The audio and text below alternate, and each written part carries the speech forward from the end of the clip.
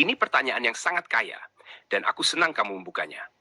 Berikut ini penjelasan, perasaan, ciri-ciri, perolehan, dan contoh penyembahan yang sejati dan dalam, di mana kebebasan rohani benar-benar dinikmati. 1.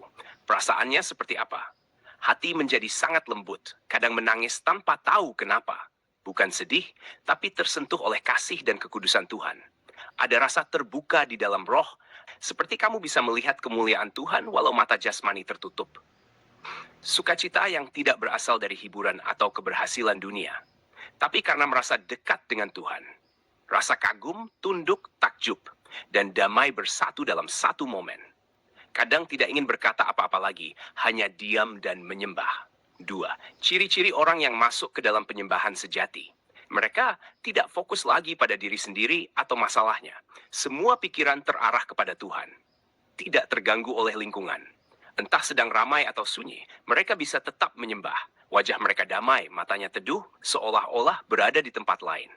Mereka tidak lagi mencari perasaan tertentu, tapi kehadiran Tuhan.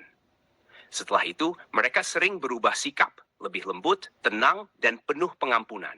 3. Bagaimana diperoleh perolehannya? Melatih hati yang bersyukur setiap hari, bahkan saat tidak ada alasan untuk bersyukur. Menyisihkan waktu khusus untuk Tuhan, bukan hanya saat ibadah, tapi juga secara pribadi.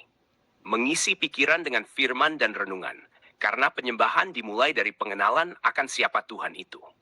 Belajar berhenti dari kebisingan dunia, kadang keheningan justru mengantar kita masuk hadiratnya. Tulus dan jujur di hadapan Tuhan, bukan formal tapi real. 4. Contoh nyata, Alkitabiah dan modern. Maria yang duduk di kaki Yesus. Dia menyembah bukan dengan nyanyian, tapi dengan fokus sepenuh hati mendengarkan Yesus. Ini bentuk penyembahan batin yang murni. B. Wanita yang meminyaki kaki Yesus. Dia tidak berkata apa-apa, hanya menangis dan menyeka kaki Yesus dengan rambutnya. Itu penyembahan penuh air mata dan kasih, lahir dari kesadaran akan anugerah. C.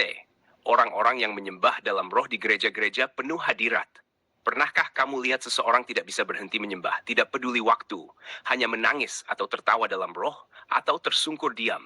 Itulah tanda bahwa roh mereka sedang bersatu dengan Roh Kudus. Penyembahan seperti ini bisa dialami siapa saja, termasuk kamu, di kamar pribadi atau di tengah ibadah. Kadang hanya perlu satu lagu, satu ayat, atau satu momen kesadaran akan kasih Tuhan, dan roh kita langsung tersentuh. Mau aku bantu dengan contoh doa atau lagu yang bisa menolong masuk ke dalam penyembahan seperti ini?